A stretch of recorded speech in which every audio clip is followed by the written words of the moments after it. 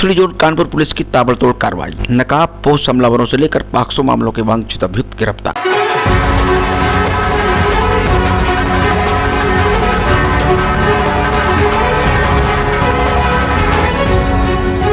नमस्कार, global news service Kanpur police commissionerate के दक्षिणी जोन में अपराधियों के खिलाफ चलाए जा रहे अभियान ने एक बार फिर बड़ी सफलता हासिल की है। थाना बर्रा, गोविंद नगर और किदवई नगर पुलिस ने अलग अलग संगीन घटनाओं का खुलासा करते हुए कई वांछित अभियुक्तों को गिरफ्तार किया है। पुलिस उपायुक्त दक्षिण दीपेंद्र नाथ चौधरी ने बताया कि अपराधियों के खिलाफ अभियान लगातार जारी है। जनता की सुरक्षा हमारी सर्वोच्च प्राथमिकता है। 12 दिसंबर की रात अखिल भारतीय क्षत्रिय महासभा के प्रदेश अध्यक्ष मनोज भदौरिया के घर पर कार सवार नकाबपोश बदमाशों ने ईंट और सुतली बम से हमला किया था।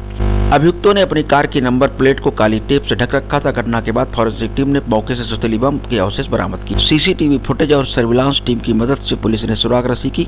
मुखबिर की सूचना पर दीप टॉकीज के पास से अभियुक्त कृष्णा सिंह परिहार को आल्टो कार UP 78 CQ 3805 के साथ गिरफ्तार कर लिया।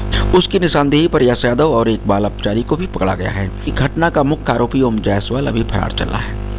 दूसरी घटना 11-12 दिसंबर की रात दुष्कर्म पीड़िता के घर पर ज्वलनशील पदार्थ से भरी बोतल फेंककर आग लगाने की कोशिश करने वाले ऋतिक वर्मा और पप्पू नाम के अपराधी को मुखबिर की सूचना और त्रिनेत्र अभियान के तहत लगे कैमरों की मदद से गिरफ्तार करने में पुलिस को सफलता प्राप्त हुई है। थाना गोविंद नगर पुलिस द्वारा दुष्कर्म एवं पॉक्सो अधिनियम से संबंधित मामले में वांछित अभियुक्त की भी गिरफ्तारी हो गई है।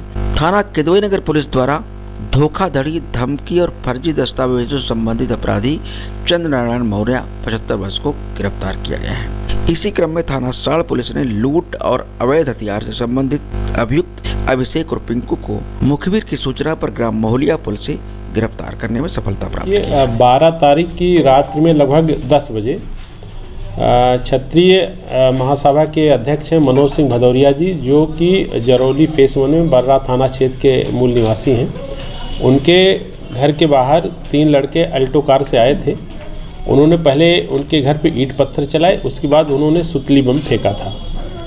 इसकी सूचना थाना बर्रा को प्राप्त हुई थी। थाना बर्रा की टीम तत्काल मौके पहुंची और सभी अधिकारियों द्वारा घटनास्थल का निरीक्षण किया गया। फॉरेंसिक टीम द्वारा भी घटनास्थल का निरीक्षण किया गया था और इसमें 3 टीमें बनाई गई थी सीसीटीवी फुटेज देखने के लिए।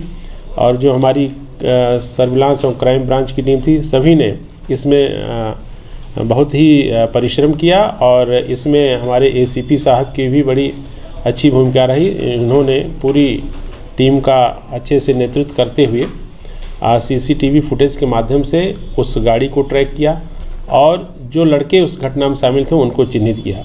24 घंटे के अंदर में इस घटना का खुलासा हुआ है। इसमें जो गाड़ी प्रयोग की गई थी वो गाड़ी अल्टो कार बरामद हुई है और घटना में शामिल 3 लड़के अभी अरेस्ट हो चुके हैं। इसमें जो मेन प्लानर था वो अभी गिरफ्तार नहीं हुआ है।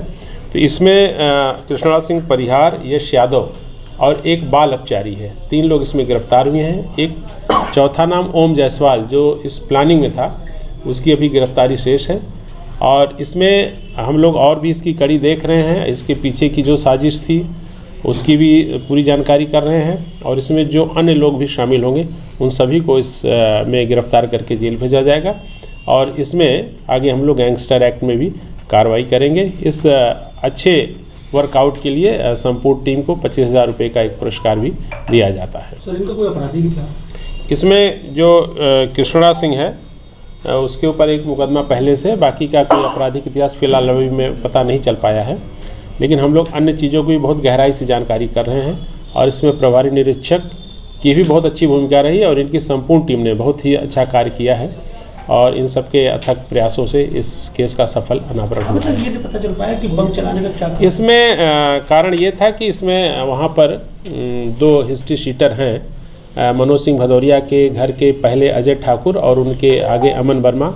इसमें ऐसा बताया जा रहा है कि एक हिस्ट्री शीटर ने कोई अंदेशा था कि पूर्व में उसकी गिरफ्तारी हुई थी, तो दूसरे ने उनके मुखबिरी की या उनको पकड़वाया था, तो उससे वो रंजिश मानता था। उसी ने इस संपूर्ण केस की प्लानिंग की है और अपने जो उनके तथा कथित समर्थक थे उनको इसमें भेजा था।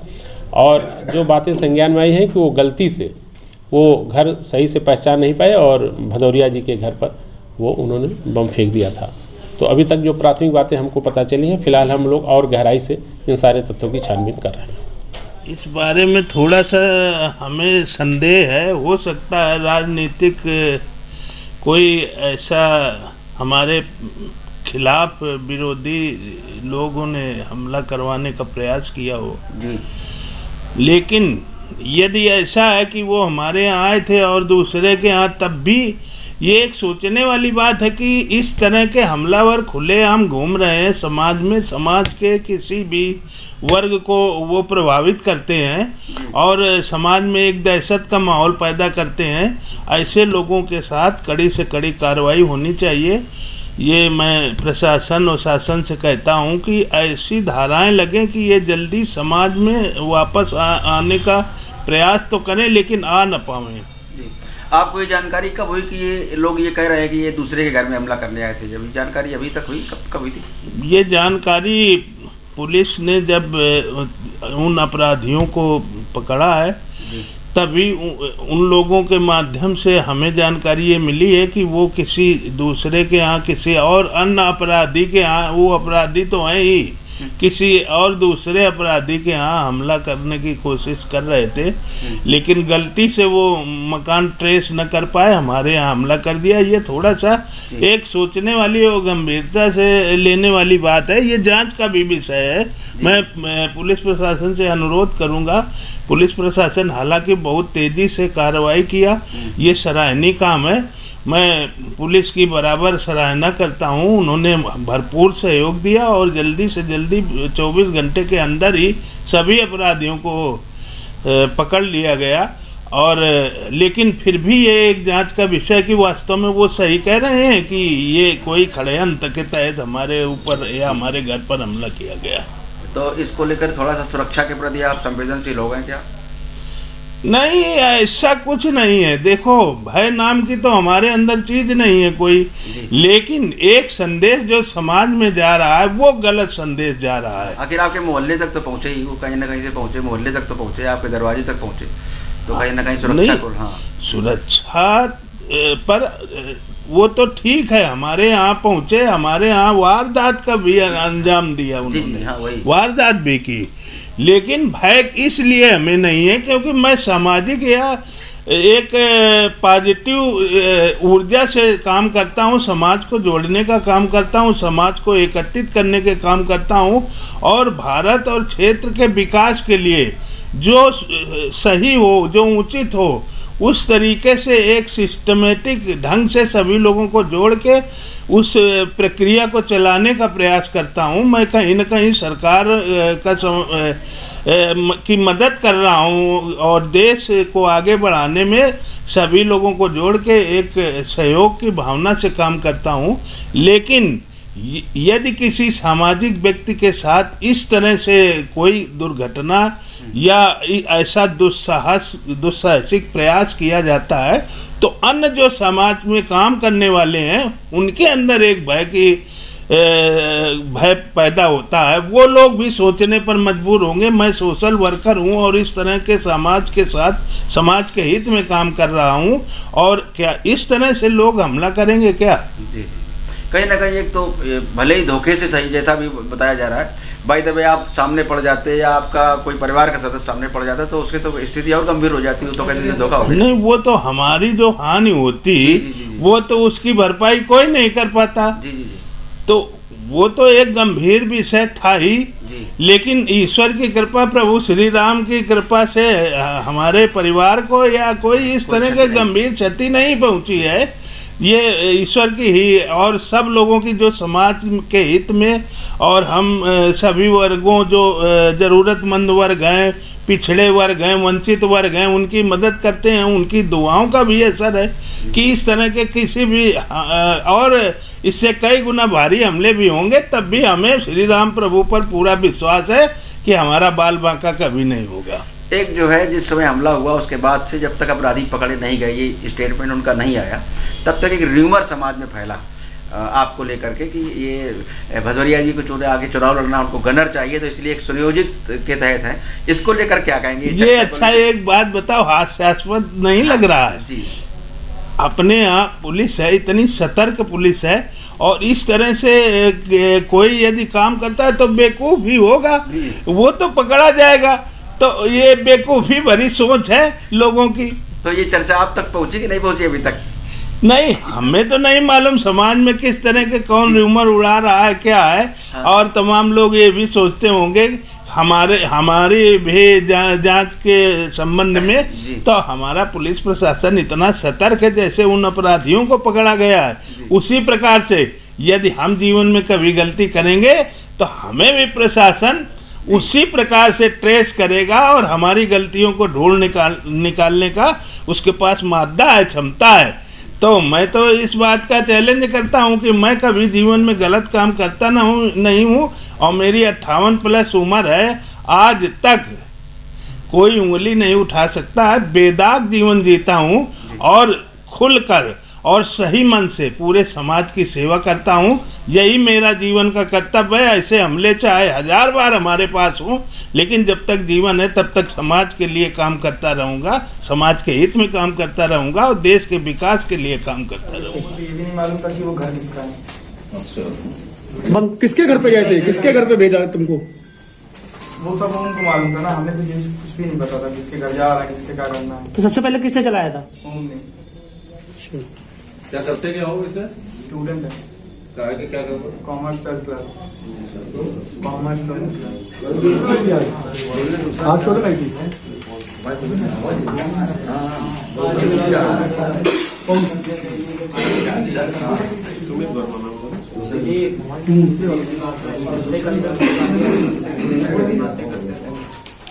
देखिए, गोविंद नगर में पूर्व में एक बलात्कार का एक अभियोग पंजीकृत हुआ था 341/25 क्राइम नंबर।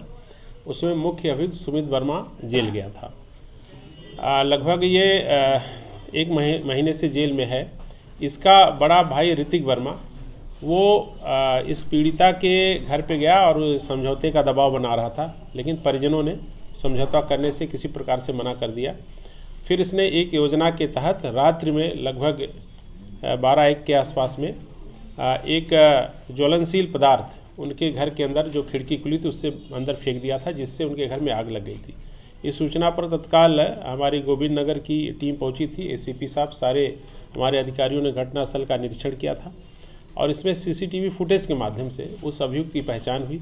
अभियुक्त ऋतिक वर्मा मुख्य अभियुक्त जो बलात्कार का है, सुमित का सगा बड़ा भाई है और ये नाराज़ होकर के, चूँकि समझौता करने को वो परिवार तैयार नहीं था, उससे गुस्सा होकर नाराज़ होकर के इसने घटना कारित की थी और इसने इस घटना में संलिप्त होना स्वीकार किया है और सीसीटीवी फुटेज या अन्य सारे वैज्ञानिक स्रोतों से इस घटना की पुष्टि भी की है। इसके ऊपर एक अभियोग पूर्व से दर्ज है। टोटल अभी 2 अभियोग हमको पता चले हैं, अन्य इसके अभियोगों की हम लोग जानकारी। लोग किस बात को लेकर गाली दी थी?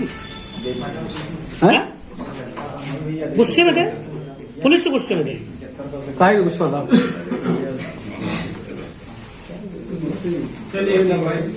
गोविंद नगर थाना क्षेत्र में 11 तारीख को एक बलात्कार एवं पॉक्सो एक्ट की धाराओं में एक अभियोग दर्ज हुआ था, जिसमें पीड़िता ने आरोप लगाया था कि अभियुक्त ने उसको कुछ नशीला पदार्थ खिला करके उसके साथ बलात्कार किया और उसकी ज्वेलरी आदि ले ली।